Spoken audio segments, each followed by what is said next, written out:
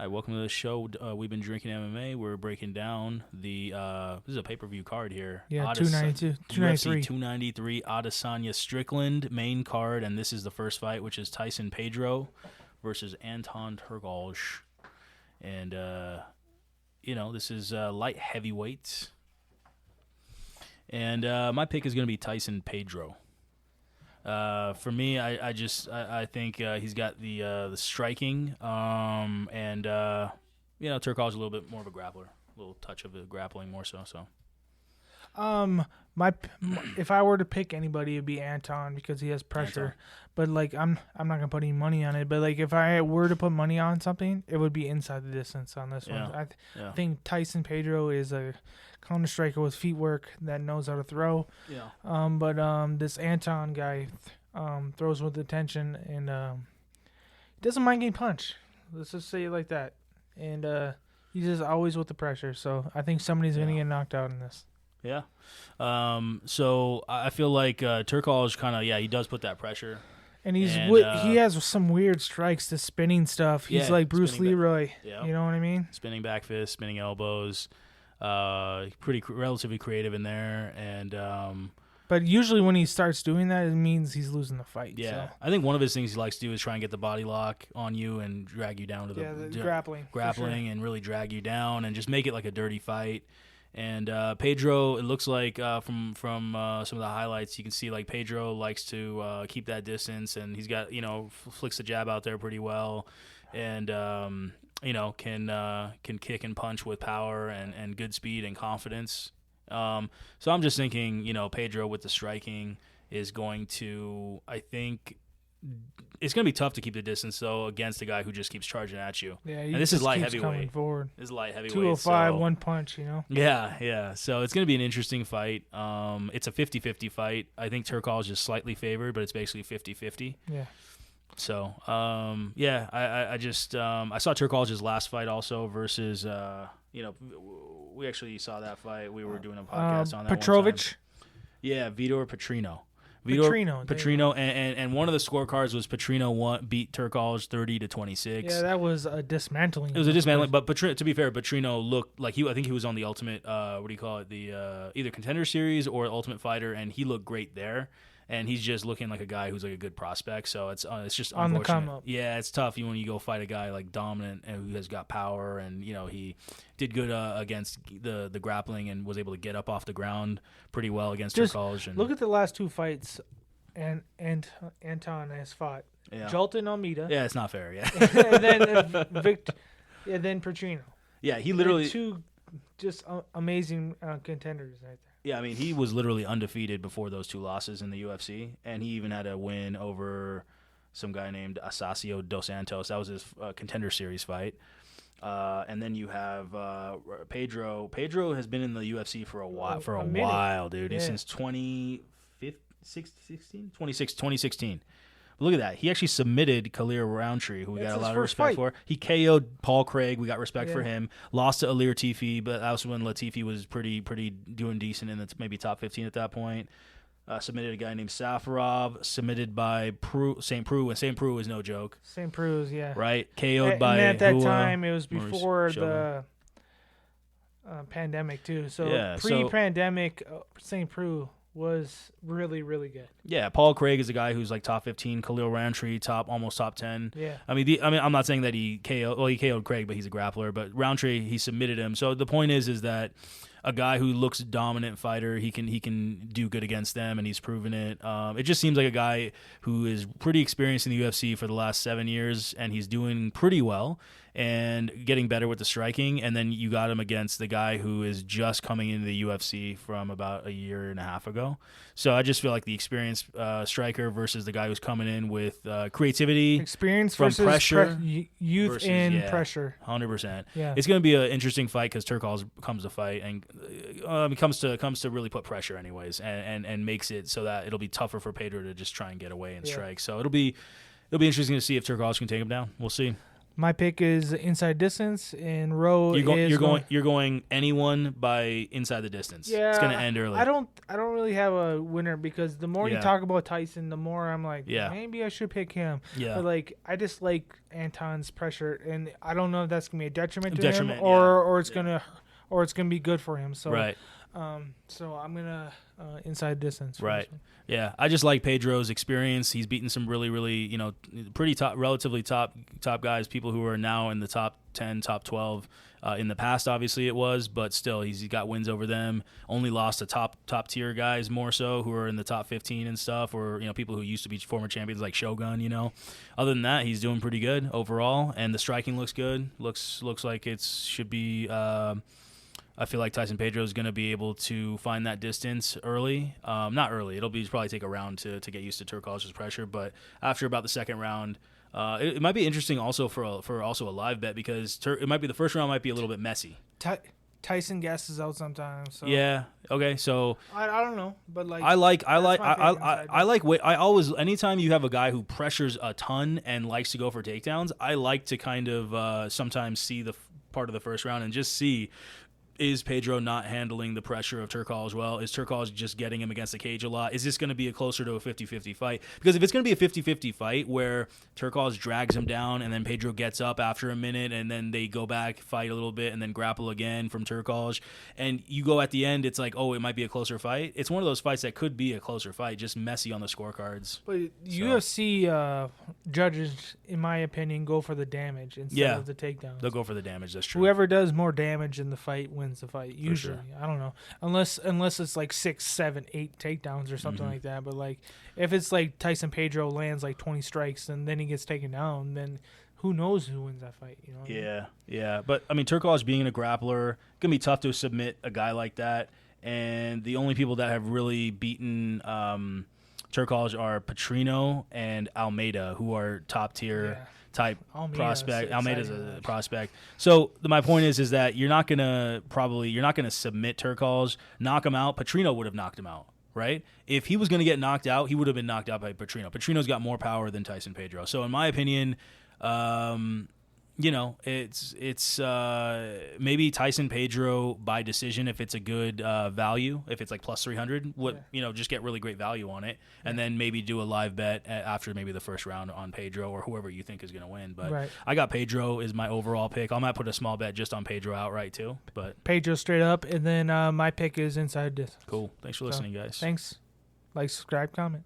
Welcome to the We've Been Drinking MMA podcast. I'm Curtis. I'm sitting next to Ro. Yep. Here we go. We are talking about the UFC 293. Adesanya Strickland. Second fight, bro. Second fight in the main card is Tafa versus Lane. Justin Tafa, Austin Lane. Yep. Justin Tafa. Heavyweights. Yeah, one punch power. Let's go. Heavyweights. Yeah. Very fun fight. First round knockout. I don't know who's going to win, but I think it's Tafa. I think it's Tafa first round knockout. I think it's definitely not going the distance. I also see it ending in a knockout. And that's what my bet's going to be. It's going to be inside the distance, that it doesn't go all 3 rounds. Yeah. I think both of them hit with power, but they're both punchers. Yes. And they both know how to load up and transfer. This is going to be a grapple fest. This is not going to be that. No grapple fest here. I think what's interesting, normally I love Justin Tafa to win a lot of fights and really knock people out. He does the Mark Hunt, Super Samoan Mark Hunt, legendary. Mark Hunt Jr. Yes, the way Mark Hunt used to knock people out with one punch and then walk off. Like he knew they were knocked out type of thing. And Justin Tafa does the same thing. Same stuff. One big punch, loads up on it, boom, knocks someone silly, and then just walks off. He knows it's over. And it's a powerful thing to have. He throws good combinations. He's got good awareness as far as like not overcommitting and getting unnecessarily hit. And then Austin Lane though has a 6-inch reach advantage, and it's a huge thing. This fight is a rematch technically. It's not a rematch, but it's kind of a rematch because they fought before, but it got finished with an eye poke. It's a bring back for sure. Yeah, they're running it back. Let's put it that way. Back. Yeah. And in that fight though, you could see Lane's leg reach, the arm reach. He had such an advantage with the limbs, the length of his limbs over Tafa. He was able to do some leg kicks. He was able to, totally, and he's faster than Tafa. I would say much faster. And you told me that he's an athlete. He used to be an NFL player. NFL player here. He's an athlete that's in the MMA. I got to say, Austin. Justin Tafa's a fighter. I think they're both scary. Is what I think. And I've been looking at Lane's highlights. He knows when to load up, and he can really throw heavy, strong, fast punches. And you look at Tafa, and is another dangerous, scary guy. I think when I see both of them, I just go, damn. Both these guys are super dangerous, knockout power, smart guys when they're fighting too, like not taking unnecessary punishment, but at the same time willing to go in the pocket and throw heavy punches. So. It's hard to. It's actually in the beginning I was thinking Tafa, and then I was like, damn, look at Austin Lane though, man. He's improving. The way he knows how to load up, transfer the weight into his punches are dangerous. Length on his punches, he's got long arms, 80 inches. That's almost John Jones type shit, except he's got more power than John Jones. I truly think Lane's gonna try for a sloppy takedown or something like that. He's gonna do something sloppy, and Tafa's gonna catch him. So Tafa. And this is another fight that you love because it's Tafa's a southpaw. Yeah. And Lane is an orthodox. Yep. Oh, the counter striking. I'm gonna love this one. Yeah. I'm gonna love this fight. Yeah. I would be super shocked to see it go the distance just because they don't seem like those people. You look at Austin Lane's record. Every fight he's won, every single one has ended in a KO every time and then one submission. So 100% finish rate for Austin Lane, right? And then you have Justin Tafa, right? His record is 6 wins, all KOs. Yes. It's inside the distance might be so expensive, that it's like it prices you out, but it's great to add on the parlay. Yeah. And not only that, but you can just see it happening. It feels like almost like a Lennox Lewis Mike Tyson fight where you look at it's like Lennox Lewis has the long arms, he's got the better jab, but maybe Tafa has a better jab, but it's like that type of thing where it has to end in a knockout. Well, just look at the prior experiences with these fighters. Yep. The way they are taking people out by knockout. Yeah. And how many decisions are with these fighters? I would say less than 500%. Or 50%. Mm-hmm. So if you're just going by the numbers, yeah. How do these fighters fight, and how do they take these guys out? And first round for Austin Lane happened like 8 or 9 times out of 11 fights, wins, something like that in the first round KO. I mean, and you look at Tafa. We don't even need to say anything about Tafa. We know he's a knockout artist. Yeah, we know this. Yeah, so first round knockout. I don't know who's gonna be. Maybe that's a bet. It's a great bet right there, because they both are quick starters. Austin is a super quick starter with so many first round knockouts. Justin Tafa, as we've seen, knocked out Parker Porter. In his last fight, right before he got eye poked by Austin Lane, he knocked out Parker Porter in the first round. Actually, he's coming off of 2 first round knockouts. I mean, they're both prime. The way that they're fighting, they're getting so confident, both these guys. It's going to be super interesting to see who knocks out who and everything. I just think I'd go with Tafa, just that 6-inch reach advantage for Austin Lane and the leg reach. It's just a little bit kind of tough for me to pick. And regardless, even if I did bet Tafa, it'd be Tafa by KO, and this one is just going to be either guy by KO. So maybe there's a double chance bet by maybe doing Tafa or Lane by KO. Maybe there's a chance for that because it's not like exact method of guaranteed. Victory. There's no submission here. This is a KO. KO. That's it. Exact method of victory. That's exact method of victory that ends in a KO. Yeah. I think I'll look for that bet. If it's like minus 200, minus 300, I think it'll be great to add to a parlay.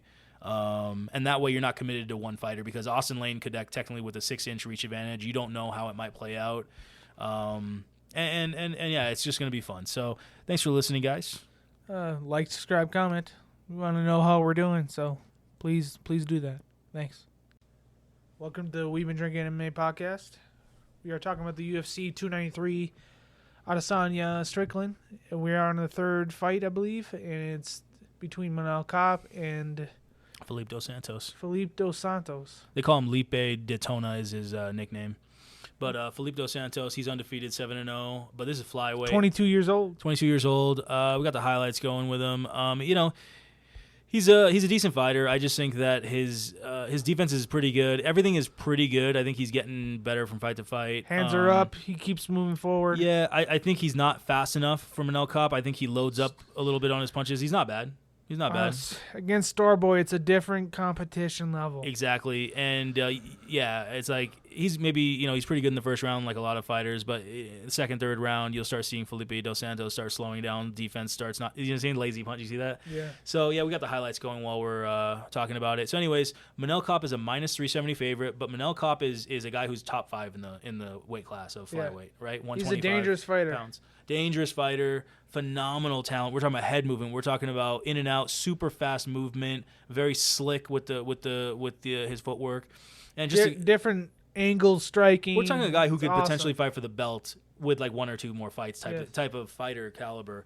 And Felipe Dos Santos, no disrespect, but he's 7-0, he's undefeated, but this is his first fight in the UFC. Yeah. And when a guy who's relatively good but not really looking that great comes into the UFC, like we saw last week with Guskov and Ozdemir, they look good against like guys who aren't great fighters in other organizations, but when they come to the UFC and fight a top 10 guy, a guy who's a perennial 10 top days 5, notice. top 10, it's not good. They're gonna get beaten pretty easily.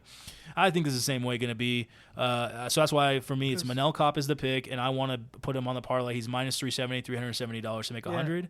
And then also, if I can get Manel Kape by KO, just a small bet on that separate, because I just feel like it's tiers probably levels. On this card, it's probably going to be a lot of KOs, which is awesome. It's going to be fun to watch a lot of these fights. So, go ahead. No. So, So, I mean, I just feel like it's levels, right? That's the thing. Well, Manel Kape was supposed to fight Cara France, which is like top tier. 2 top 5 fighters. Yeah. Yeah. And then he's fighting a guy who hasn't fought in the UFC yet. It's just different. Don't you think Manel Kape should maybe be minus 800 in this fight? I don't know what the odds makers are seeing. Maybe Manel Kape is hurt. I don't know. Okay. Yeah. But like as how I see it, Manel Kape's gonna like dismantle this guy. Yeah. Right? And he's probably going to take him out. I don't really know. I don't know why he's only minus 370. I see a guy who sometimes, Felipe Dos Santos in the highlights, he's throwing a lazy punch here and there against a guy who's top tier like Manel Kape, who can, shut your lights out with a really fast couple of 1-2 strikes. Again, we got the highlights going. You can just literally see Manel Kape looks like a otherworldly talent, and you look at Felipe Dos Santos and you go, okay, a guy who maybe should get maybe a shot in the UFC against a guy, who's like not really, experienced in the UFC, or somebody who's not a big puncher, and just see what Dos Santos, if he's, I don't even know if Dos Santos, his record is 7-0, but it's hard to say does he look UFC caliber? I would say I'm not sure. Well, you only can see so much. You can only see so much, but he's only 22. He's young. He's had 7 fights professionally. Yeah. I mean, how much stuff can we actually see? Well, I'll give you internet? the fact is that he's been jumping from organization to organization every other fight. Yeah. And he's just trying to get a paycheck. He's trying to get a paycheck, and he's never been champion at any of these lower level organizations. Right? Because he doesn't stay there long enough. And why? Because people probably just think, well, he's okay, but we have to pay him because he's undefeated, and it's, He gets a call from another organization. Yeah. He's like, fine, I'll fight. I'll fight. I don't care. Let's go. Which is fine. I'm not saying anything bad about that, but I'm just saying if you haven't been... It's way of thinking. It's not like he's like a fighter who's been champion at Cage Warriors, like Conor McGregor was, or people like that who, Michael Bisping, they were champions in bigger...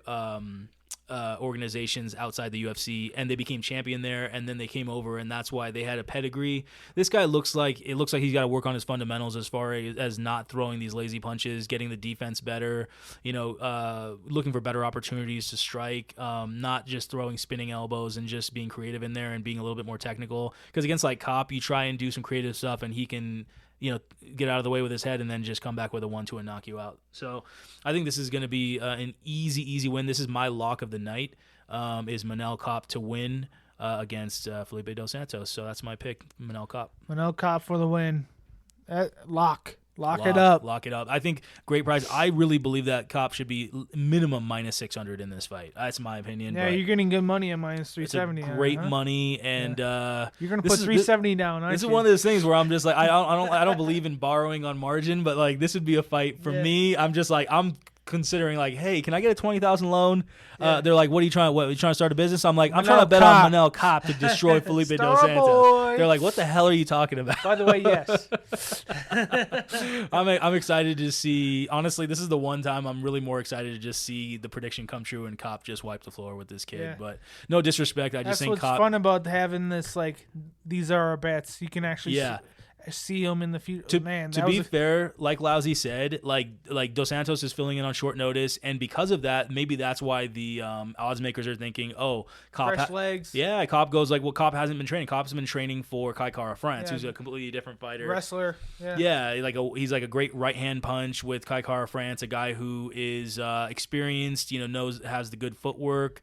Hard worker in there. And he absolute granite for chin. Yeah, exactly. And then Dos Santos is like kind of a taller, lankier fighter who is more creative but not so technical. So all of a sudden you look at that and leaves himself open. Yeah, leaves himself open, but also can throw some interesting type of weird spinning stuff that he wasn't catch. ready for. Yeah, exactly. So maybe they're thinking, oh, this is a weird matchup. But for me, I'm just like, man, I just think it's inexperience versus experience. Star boy, Mr. man. Backflip himself. Let's go, man. Manel Kape here. Manel Kape for the win. Man. Easy. Easy times. We've been drinking MMA. This is a co-main event here for UFC 293 prediction right here for the Adesanya Strickland card. The co-main event is Tuivasa, Alexander Volkov. Heavyweight matchup. Both got a high KO record. Someone's getting knocked out.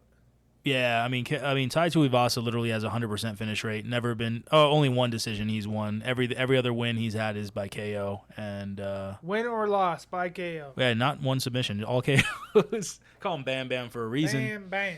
Knocks people the hell out. His record is so for me. My pick is going to be. I'm actually going to live bet this one because for me, it looks like Tai Tuivasa could knock him out, of course, or Volkov could play the distance game and really, like he did against Derek Lewis, who's another heavyweight knockout artist who's a little bit slower with the footwork, just like Tai Tuivasa. Shuivasa, we should call him. He's earned that nickname after drinking so many shoeys after the knockout wins. But I feel like Volkov could have won that fight with Derek Lewis on that McGregor could be last 10 seconds. Massive guard. In the last 10 seconds, he got knocked out. He could have danced his way out of there.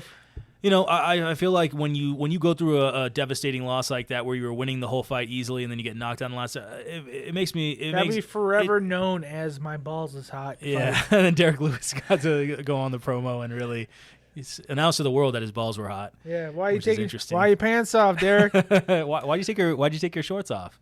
Because his balls are hot, naturally, which what happens in a UFC fight as a heavyweight. But so I don't know. For me, what's your pick, bro? What are you thinking? I am thinking inside distance, but more specifically, I think it's somebody's going to get knocked out in this one. Yeah. KO. By KO. But if I were to pick somebody, it'd be Volkov because I just think he's more technical. He's more. Okay. He just knows what he's doing, and what you're getting with Tai. It's more like a little bit slower, yeah. But he's coming straight forward. He's coming with knockout shots. But we saw what happened with Gane. He did knock down Cyril Gane, who had a phenomenal performance against Spivak last week.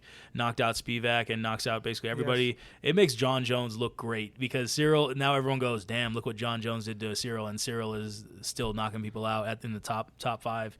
So Tuivasa has granite for a chin, but like last two fights. Some of those knocked out by Pavlovich. Some chunks of that granite is getting knocked out.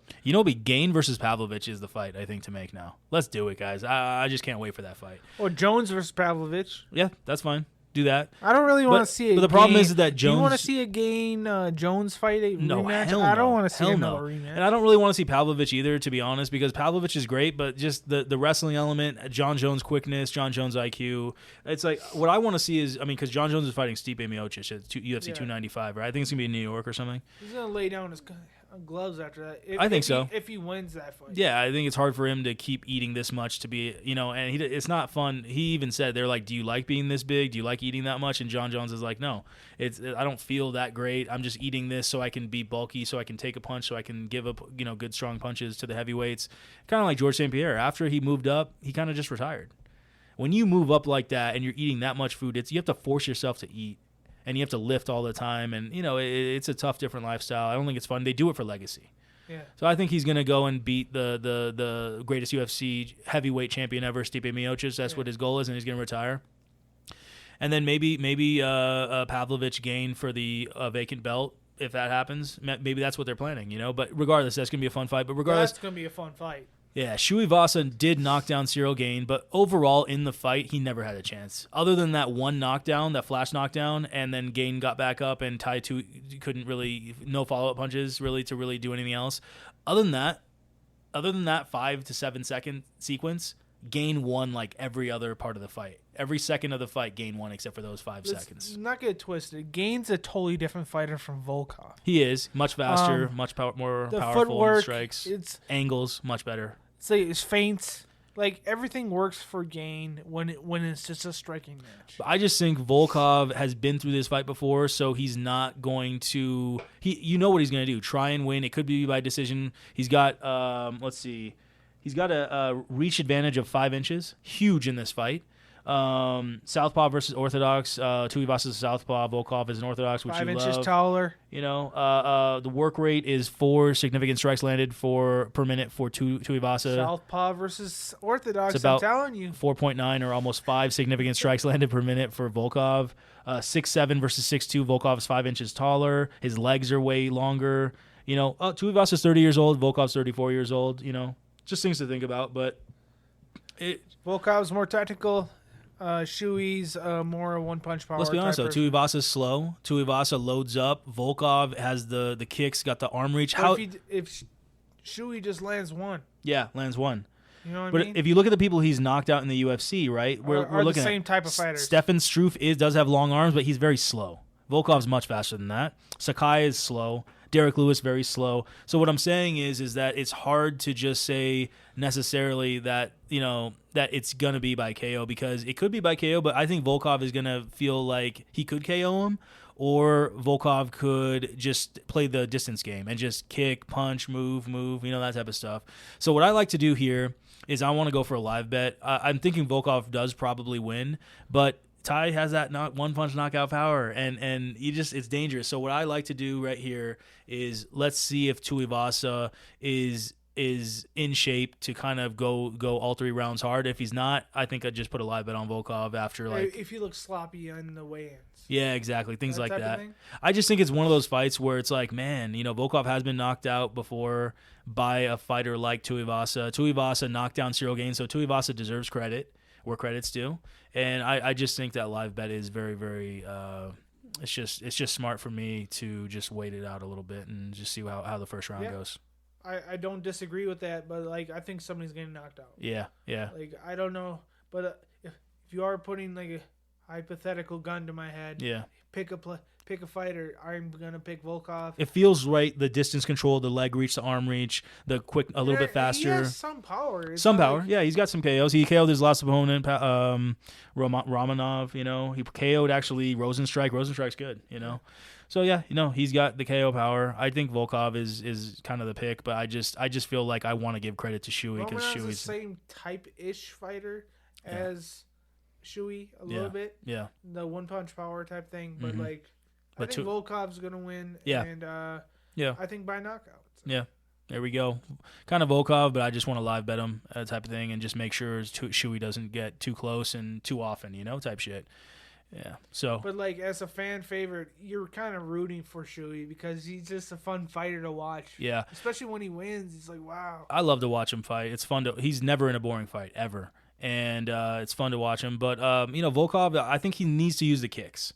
You need to use kicks to the stomach and things like that. Yeah, at least you throw. If he's not throwing any leg kicks and decides, hey, let's make it a boxing fight. That's not smart. So it's a phone booth fight. Yeah, don't do that, man. If he's doing that, I'm just gonna watch the fight ride out, play out. But if Volkov is using leg kicks type of thing, using his kicks in the beginning to keep the distance, you know, type of thing. Volkov a leg kicker? He throws I think a front kick here and there. Okay. Like he'll throw it here and there, but yeah, it just depends about his game plan in this fight, and I'm not too proud to admit that it's one of those things where it really depends on the game plan, and you're gonna see it in the first round, the first few minutes. Is he throwing kicks? If he's not, I don't like that whole situation with this fight. It's a heavyweight fight, KO guys, you know, it's dangerous. So, thanks guys for listening. Thanks for listening. Let us know how we're doing. Welcome to the We've Been Drinking MMA podcast. We're on the main event of the Adesanya Strickland, and we are talking. And my pick is Adesanya. I mean, it's kind of a no-brainer here, guys.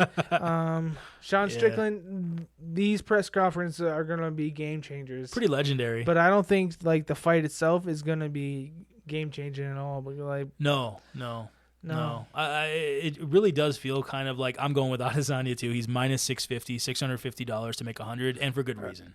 Yep, great reason. My pick is Adesanya, but I don't think I'm going to put any money on it. Like even in the props, you have to get really specific. To get money, a good price on anything. Yeah. Unless you're a Strickland fan, think he's tough enough to actually win some rounds, and but I just don't see that happening. So yeah. I think it's one of those things where it depends what Adesanya wants to, because Adesanya can win in many ways, right? He could head kick him.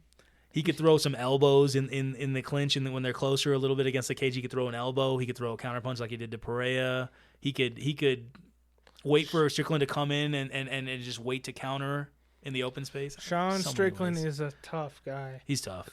And he just keeps moving forward. It's hard to know if Adesanya wins by decision or KO. It's hard to know. Really tough. I really don't know. It's just Adesanya is the clear-cut winner. Kind of just you're planning maybe just throw Adesanya on the parlay. I'm not planning on putting any money on this. Oh, you don't even want to put him in because the parlay? It's not good enough for me. Because I don't know how he's going to win. I know Adesanya is going to win. Yeah, exactly. But like, I don't know how he's going to win, and I don't want to like guess at something like this. But like, maybe just hope that Strickland wins a round, maybe the first round, and then Adesanya becomes minus 300, and then maybe put some money on it. That might be. That's like it's either let Strickland hopefully do good early, because Strickland is a pretty fast starter, and then maybe if Adesanya becomes less than minus 400, just kind of put some money on it, because in 5, if it was 3 rounds, it's like but 5 rounds, it's like, dude, Adesanya will figure out his opponent.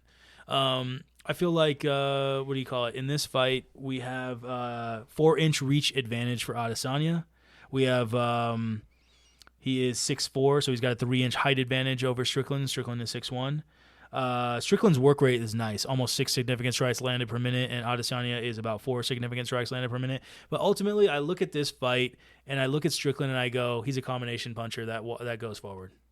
Yes. And I think everyone knows it. The Nate Diaz shell of a defense that he has, one hand over the other hand, and just keeps moving forward. Great comparison, Lousy. That's a nice one, man. Like, I think that is what it is. Like, Strickland is like a Nate Diaz, goes forward, throws some combinations, has that exactly his defensive style, same style. One hand over the other, one fist over the other. And the problem is with that is ultimately he's going to do good against people who are a little bit guys who are maybe good in a few rounds, but then they gas out, or guys who are maybe their striking is not complete, but Adesanya is a complete striker. A guy who can kick, punch, elbow, knee, everything perfect, angles off, head movement slick, fast movement. He's got it all, literally.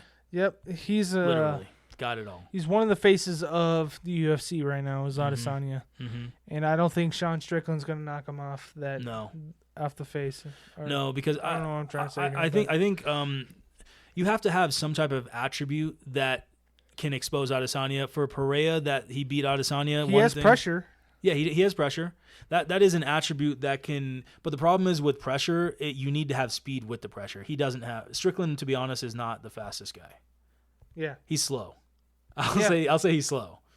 What he has is just the guts to go forward. Toughness. Yes. He has a concrete chin. Yeah. And he just keeps moving forward. But if you look at, like, let's say the guy that beat Adesanya a few fights ago, Pereira is faster than Strickland. Pereira has non-telegraphed leg kicks that just, it's so hard to read when the kick is going to happen. So Adesanya was like, what's going on? So eventually Pereira in the 4th or 5th round, he kicked Adesanya's leg to the point where Adesanya tried to kick him back, and then Pereira checked it with the knee, and then Adesanya's basically foot kind of almost broke or whatever, and then he rolled backwards, right? So that's the way that Pereira kind of worked, was that he kept kicking Adesanya's legs, and eventually Adesanya tried to kick back, and his leg was kind of worn from Pereira's leg kicks, and then he got screwed. So that was a weird way to lose, but that's kind of the way to beat Adesanya in the UFC and MMA is to do something. We all saw what Pereira did to Strickland.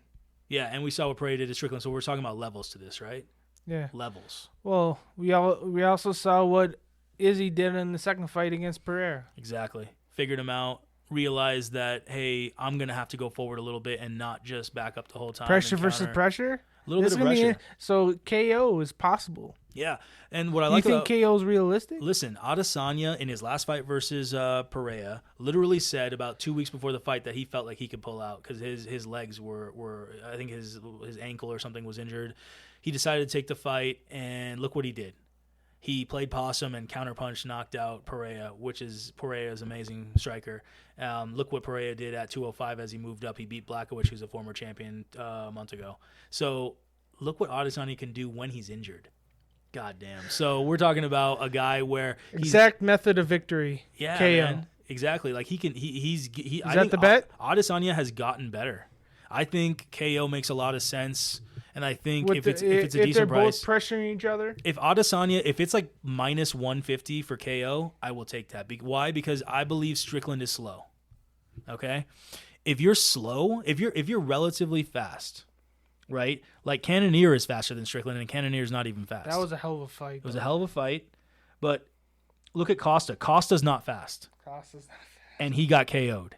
I would say Strickland is just about as fast as Costa. Not that fast. They're both about, And so you look at Romero. Obviously, Romero has huge knockout power, which is why he decisioned him. I don't think Vittoria's fast either, though. Whitaker got KO'd.